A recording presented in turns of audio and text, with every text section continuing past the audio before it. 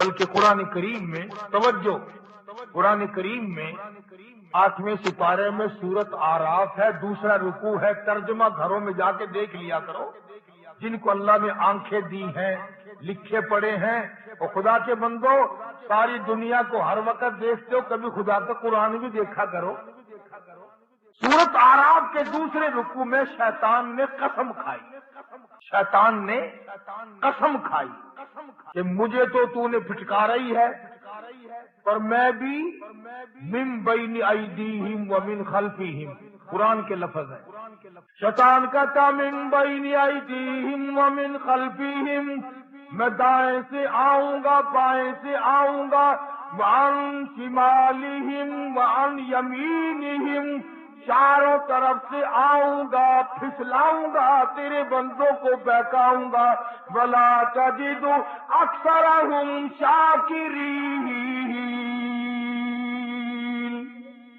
مالک تیری ذات کی قسم، بہکاؤں گا، پھسلاؤں گا، ناشکرے بنا کے چھوڑوں گا، تباہ کر کے چھوڑوں گا، چاروں طرف سے زور لگاؤں گا پورے کا پورا۔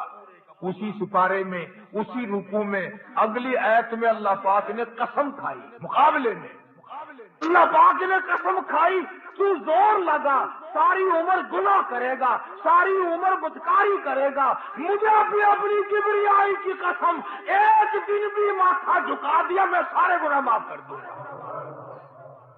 ایک دن بھی میرے دروازے پہ آ گیا نا پکا ہو کر، میں نے کون سا جنت میں اپنا خاندان آباد کرنا ہے، میں نے کون سی جنت اپنے ووٹ دینے والوں کے حوالے کرنی ہے، وہ بنائی تو تیرے لیے ہے نا، بنائی تیرے لیے۔